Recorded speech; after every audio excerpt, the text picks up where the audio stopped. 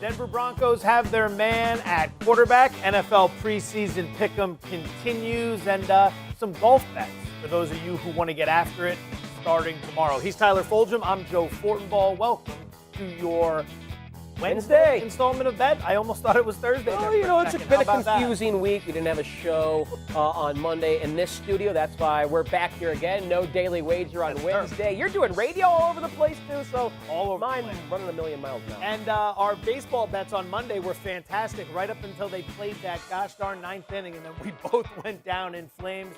But today's another day.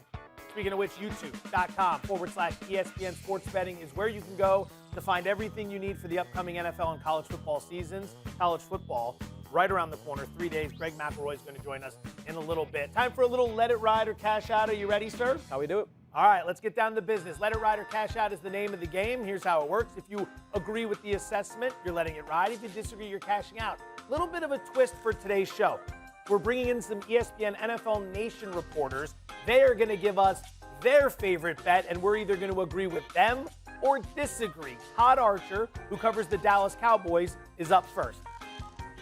Dak Prescott, comeback player of the year. Book it. There's no doubt about that one. Think about this. Alex Smith wins this award a year ago.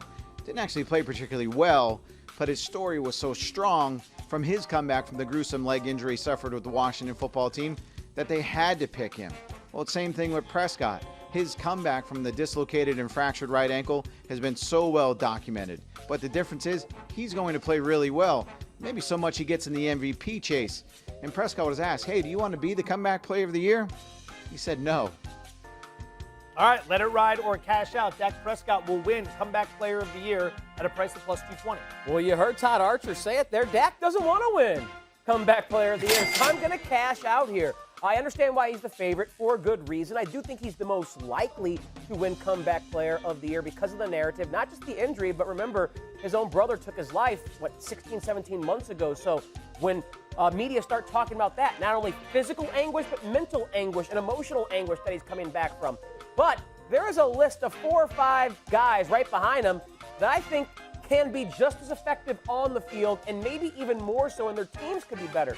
Christian McCaffrey of the Panthers, Jameis Winston and all the steam he's getting after what he did in the preseason here, his most recent start for the Saints. Saquon Barkley, Carson Wentz even, who looks like he may get to play at least 16 or 17 games, way ahead of schedule with his foot. Easy. He's back at practice already chucking the rock, That's baby. the foot. There's a new injury right around the corner. Okay, well, as a jaded Eagles fan, that's the way you've been conditioned with Carson Wentz. I would just rather bet the better payouts at set plus 750 or 10-1 with Carson Wentz than Dak Prescott at plus 220. Agreed. We're going to open the show in alignment. I'm cashing out as well. Here's one thing Archer didn't mention. You didn't mention this either. Is Prescott going to be healthy all season long? He's battling a lat strain that, if you remember a couple weeks ago, we were told he's going to miss a couple days of practice and then he'll be back.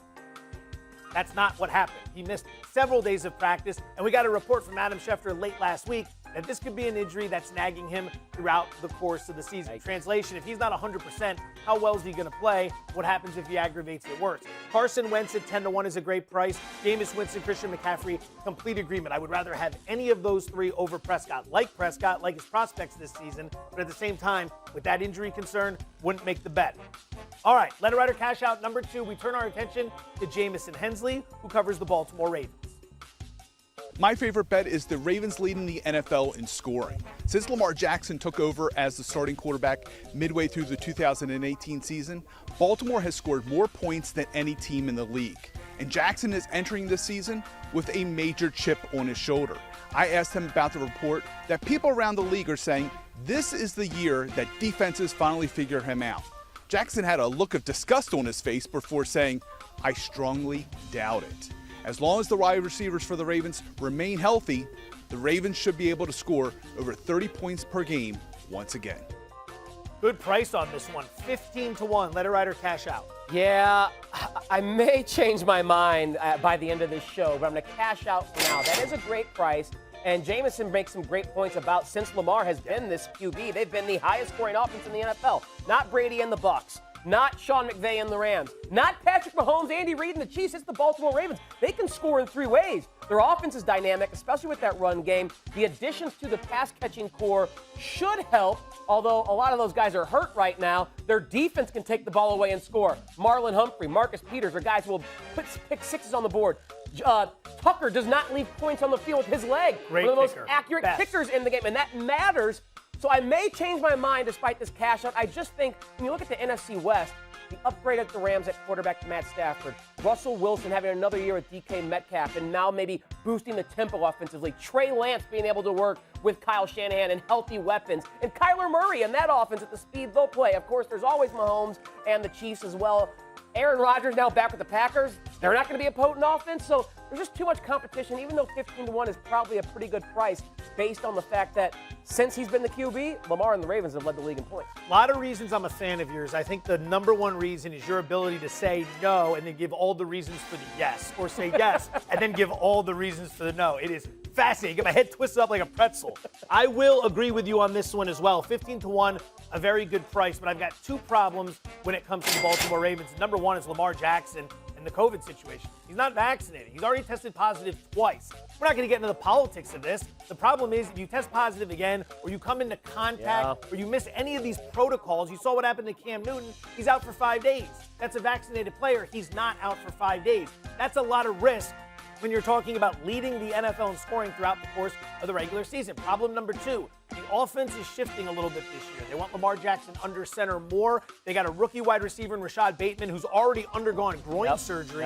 He might not be ready to go at the start of the season. Sammy Watkins has played a full 16-game season. This is their big free agent acquisition. One time as a rookie in 2014. It's the only time he's made it completely healthy, a full 16 games. Plus, the Rams at 16-1 to be the highest scoring team in the NFL.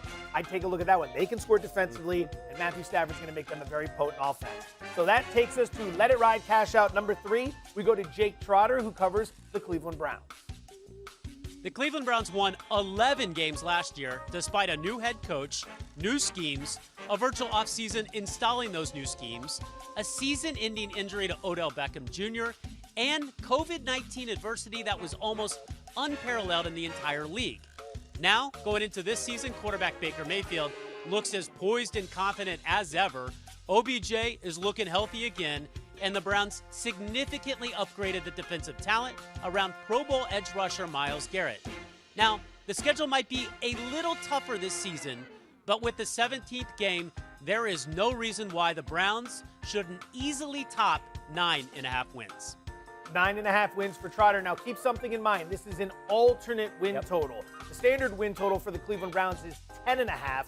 The over is -110. The under is -110. When it comes to 9.5, the over is -220. So you're paying a heftier price. Let it ride or cash out. Don't love the price, but I think there are so many more outcomes to 10 wins for this Browns team than losing what would be, I guess, now 8 games to go under this at 9-8. One of the deepest, most talented rosters in all the National Football League on both sides.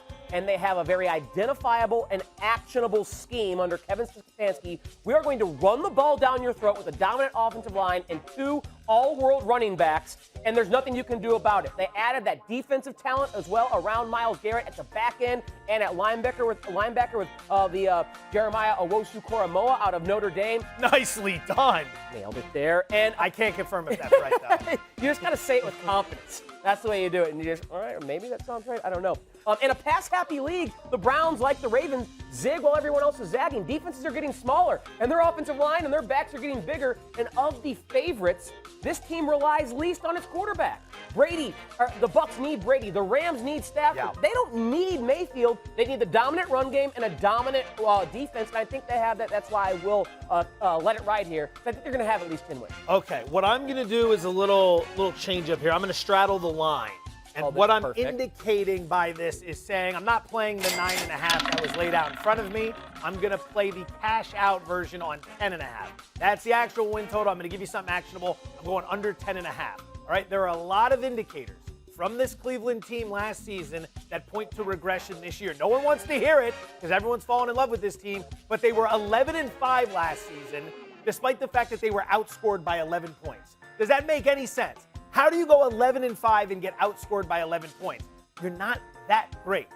They're good, but they weren't an 11-win team good. They were also 7-2 in one-score games. That's another indicator that points to regression. And they were a top 10 team in turnover differential. That could pave the way for some regression as well.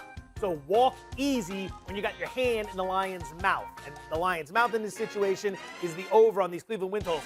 Plus, the entire world is playing the over. How often does that work? Right across the street, you can see Caesar's Palace. They didn't build that because guys like Tyler and I are coming in winning every single night when we're playing roulette. It's because they're winning that they're able to build that stuff. So keep that in mind as we move forward. Now, when Cleveland goes 12-5 and makes the Super Bowl, we'll probably come back to this rant and we'll trash it. Oh, I'll remember.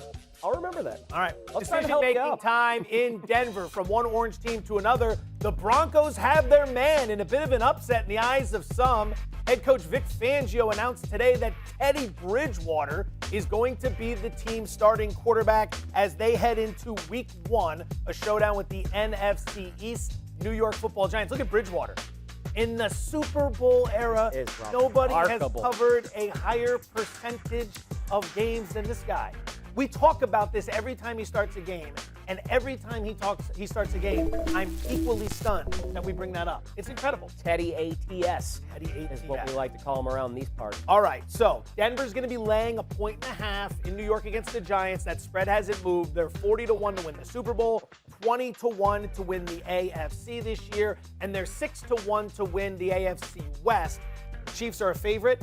The Broncos themselves are tied with the Chargers, who are also 6-1. A lot of bets to make here. Everything on the board based on this news. Is there anything you're doing? Yeah, I do like the win total over 8.5 because it's not just that Bridgewater played well during the preseason. I thought Drew Lock showed a little more consistency. So if something happens to Bridgewater, I'm not sure there's a major drop-off. I think you go from a more consistent QB in Bridgewater to a more volatile QB in Drew Lock, but Lock has that bigger arm and can stretch the field for guys like KJ Hamler, Noah Fant, Jerry Jeudy, and Cortland Sutton.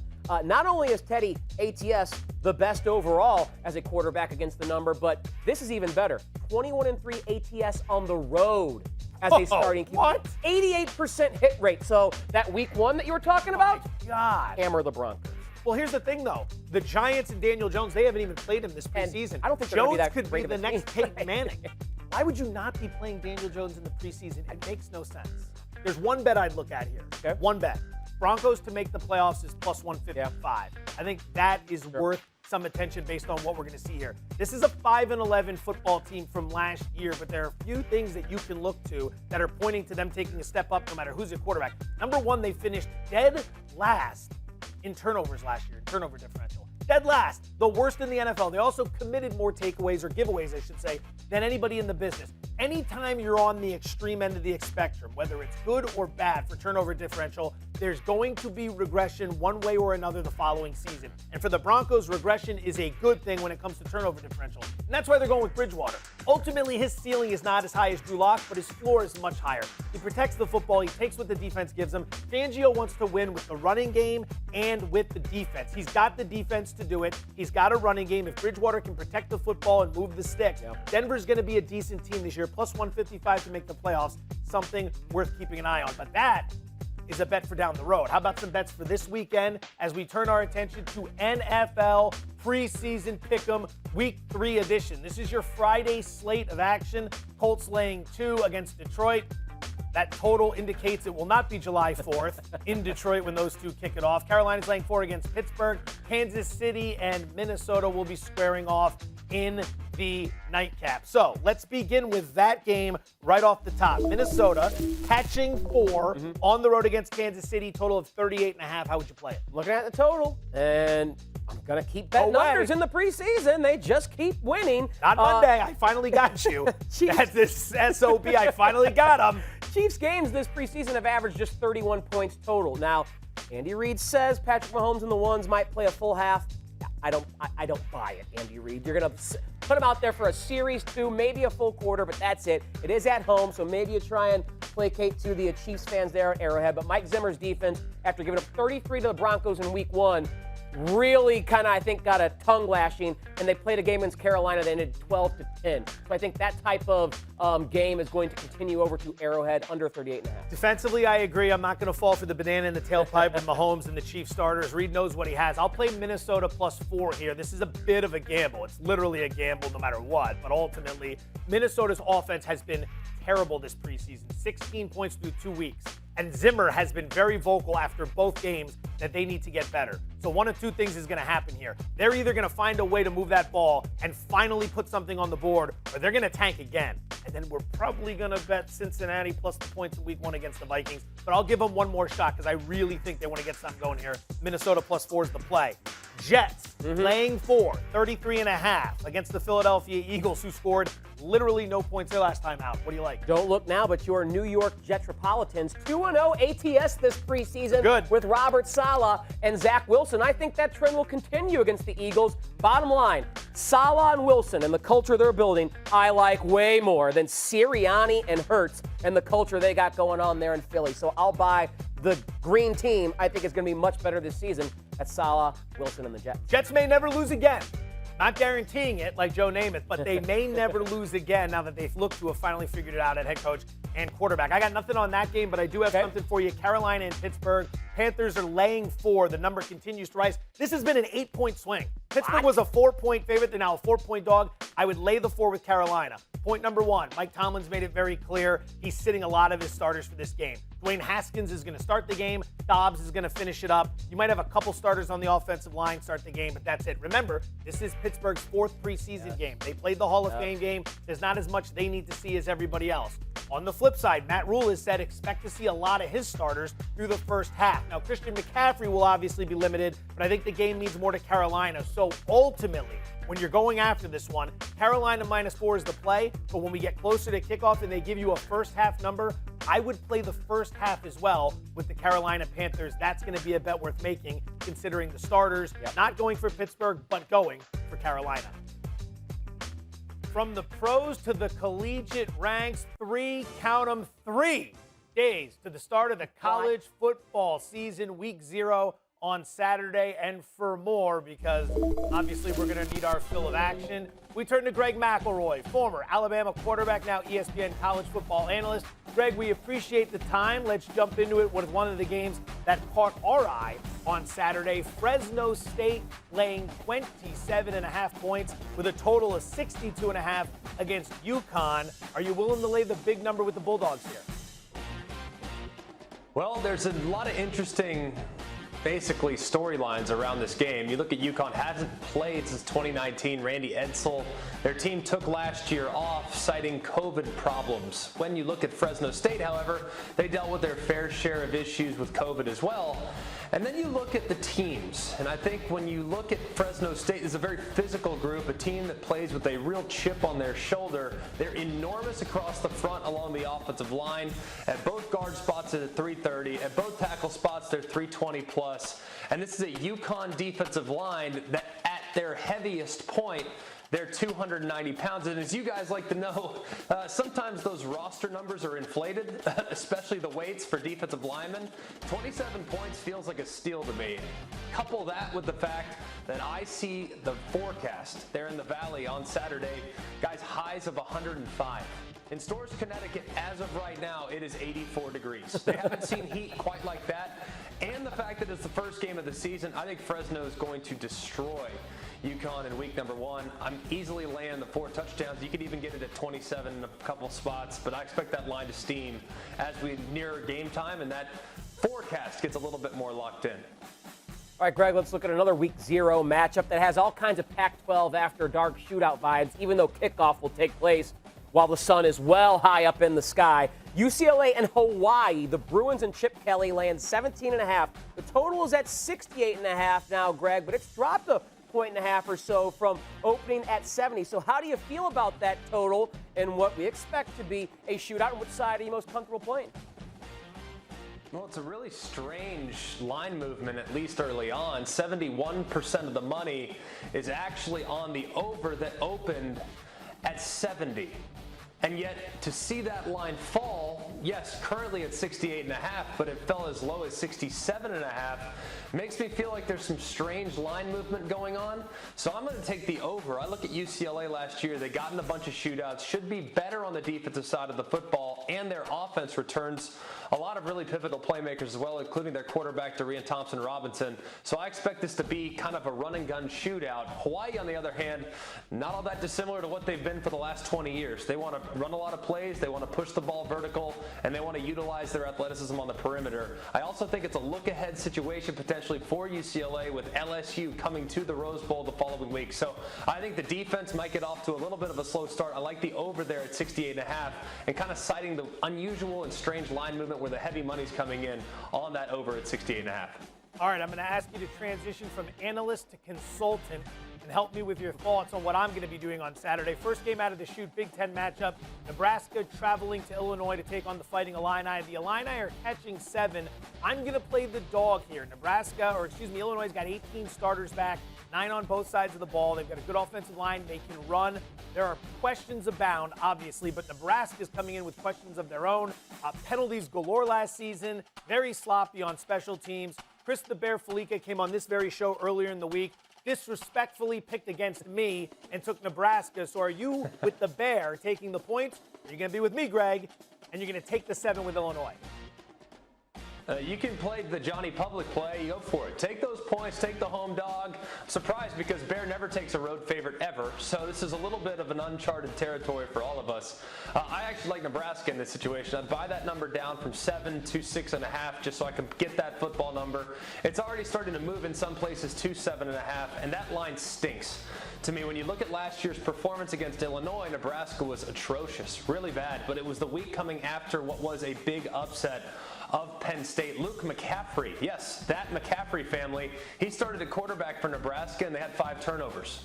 Their starting quarterback, Adrian Martinez, however, will be available for this one, and Nebraska brings back a decent amount of personnel as well. Yes, Illinois brings a lot back, but a new coach in Brett Bielema now kind of trying to figure out exactly what they need to be both offensively and defensively. So I think Illinois will keep it close, but the athleticism over the course of the game will lean in favor of Nebraska. I'd lay the points. I don't feel great about it. It's certainly not a lock of the week, but I would, if I had to play that game one direction or the other, I'd side with the Huskers.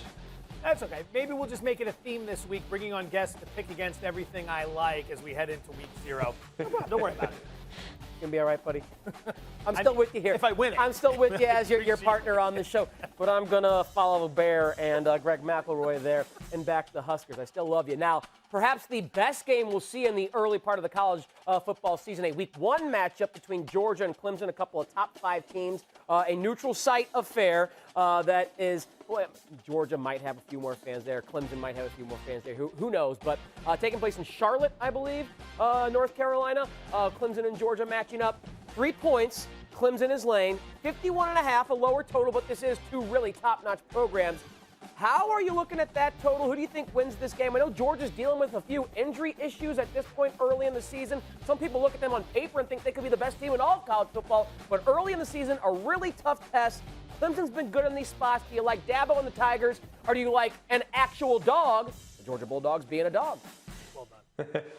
A DAWG. I see what you did there. Good pun.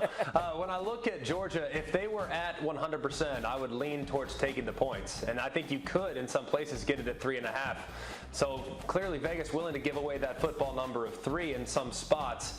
However, with the injuries right now in the offseason and really the training camp, for lack of a better word, for Georgia has not been good. They've lost their number 1 weapon back in the spring, George Pickens, to an ACL tear at wide receiver. The guy that they were hoping to replace his productivity, a guy named Eric Gilbert, hasn't been with the team for personal issues. Their center has a broken right hand, which means he's trying to learn how to snap left-handed, and in a shotgun-style offense, I think that'd be a little difficult. That'd be like asking Tom Brady to throw left-handed. Granted, only 5 yards, he probably could do it, but I don't like the idea of him not only throwing it 5 yards, but having to block one of the best defensive tackles in college football, Brian Brzee, who will be likely lined up over that center throughout much of the game. So Georgia also is a little bit banged up in the back end, have to figure out who their number 2 corner is. Don't know who that guy's going to be. Tyke Smith, a guy that they got down from West Virginia in a grad transfer situation. He's banged up out 6 to 8 weeks with a foot injury. Their tight end, who's 6'8", 260, was supposed to be a force on the edge of that offensive offensive line. He's out with the same foot injury, so 6 to 8 weeks there potentially as well. Georgia's just too beat up. There's no momentum going into this game, and it's really hard for me to side against a team like Clemson that I think is going to have a very potent aerial attack. So I'm taking Clemson. I lay the points and feel pretty comfortable about it at this point as well. Good stuff. ESPN college football analyst Greg McElroy joining us here on Bet. Thank you, Greg. Stay hot on the diamond too, brother. Thanks, guys. Appreciate you guys. All right, let's hit the links. Time for this week's installment of Par 3. It's the BMW Championship from Caves Valley Golf Club in Owings Mills, Maryland. Par 72, just over 7,500 yards. John Rahm is your defending champion. Note, there are only 69 players in the field this week. This is a playoff event. 61 of those players rank in the top 100. The floor is yours. T-box, I prefer. Since that would have been a much better transition. I got, obviously, 3 plays here. I'm going to start with the top 20. Charlie Hoffman. Charlie. Now, not really a bomber, and this course definitely sets up for guys who hit it long, like John Rahm, and hit it accurately into smallish greens and make birdies. But Hoffman made 26 birdies last week at Liberty National after taking a month off from tournament play, so immediately he came back and scored. We want guys who can score in a no-cut event because the bogeys aren't going to hurt you more than the birdies help you. Correct. Big time in this type of event. He's gained at least 4 strokes on approach in 8 of his last 12 events, so he's got that approach game that will set up good birdie ops. Paul Casey, again, not necessarily another bomber, but he's like Charlie Hoffman at the elite level. Hits it straight and especially hits it accurately on approach. One of the best iron players and ball strikers in the world. 10 top 10s this season, including 5 of his last 7 starts. He's 4th in the field in strokes gained on approach and 16th in birdie or better percentage. He can score. And then finally, Victor Hovland. 28-1 to win outright. And Hovland was top 10 going into Monday's final round of the Liberty National, Joe, and then snapped his putter, broke his putter, and had to finish his Monday round with a wedge as his putter. Shot a 77. But before that, Hovland. A wedge? Hey, you can't put a new putter in your bag. That's the rules of golf. You got to Why not use the driver? Good question. Ask that Victor Hovland that. Hovland, what are you doing? His tee degree game is one that sets up really well here. He's first in the field in birdie or better percentage. So this is a guy who just scores. Maybe a little bit more volatile, but his high-end golf is as good as anyone in the field. He's 4th in strokes gained off the tee, bomber's paradise, and 16th in strokes gained on approach. So I think he can kind of take that momentum he built at Liberty National before the broken putter. And at 28-1, great value, great price on Victor Hovland. All right, I got 3 matchups for you. Let's start with number 1. We're coming right out of the gate. This is a first-round matchup. It's Justin Thomas, -110 over Colin Morikawa. Morikawa is actually the favorite here at -120 over on DraftKings, where I found the price. This is a bet against Morikawa. He missed the cut last week at the Northern Trust. Pinched nerve in the back. Oh, he's injured. Sucks. That's what we want to do in golf. It's not just about finding the guys that are playing well. It's about finding the guys that are struggling. JT playing well, Morikawa battling an injury. That's matchup number 1. Then it's time for 2 4-round matchups. Xander Schauffele, -130 over Jordan Spieth. This is a Schauffele event. The no-cut events with limited members in the field. Yep. 3 of his last 4 wins have come in this type of format. This is where he plays JT well. also a no-cut specialist as well. There you go. Jordan Spieth, no one's picking him this week. No one likes him in this event. Maybe that's dangerous, but he did finish 73rd last week. Not in great form. And then finally, 4-round matchup. Sam Burns, -120 over Russell Henley. Burns' first time in the playoff last week, so people may have been hesitant. Wasn't much of an issue at the Northern Trust. Finished 21st to follow up a second-place finish at TPC Southwind just before that. He's playing really well. Henley was 56th last week, so again, we're taking a guy who's playing really well against a guy who's and we're going to make the play in the 4-round matchup. That is Par 3 for this week, which means we bring it to a close with Before I Let You Go. One final bet from each of us on our way out the door. Take it away. On the diamond, the Nats play the Marlins in a game that only a gambler could love. And I'm going to take the over on both starting pitchers' K props. The starter for Miami, Edward Cabrera, making his MLB debut. Over 4.5 Ks at -150 at 3 levels of minor league ball this season. Joe, his K rate an astronomical 37%. Josiah Gray, the starter for the Nats, they got in that big deal with Max Scherzer, 28% K rate and a 17.2 swinging strike rate. For the perspective, Shohei Ohtani has a 13.2 swinging strike rate. These guys miss bats, and both these offenses stink. I like it. I'm going to go to the Minnesota Twins at +143 against the Boston Red Sox. This price is way too high. considering what Boston is doing right now. They have lost 15 of their last 24 games. Of those 9 wins in there, 5 have come against the Orioles and the Rangers. Nick Pivetta is going to be pitching tonight. He's one of the rare pitchers who has a better ERA on the road than he does at home. Too bad he's home tonight where his ERA is north of 5. Minnesota rocks right-handed pitching. It's one of the only things they have done well this year. Top 10 in most categories. Minnesota, plus 143 against Boston. That should not be that big. He's Tyler Fulghum. I'm Joe Fortenbaugh. Thank you for watching this installment of Bet. We're back tomorrow, 4 p.m. Eastern. Same bad time, same bad chance.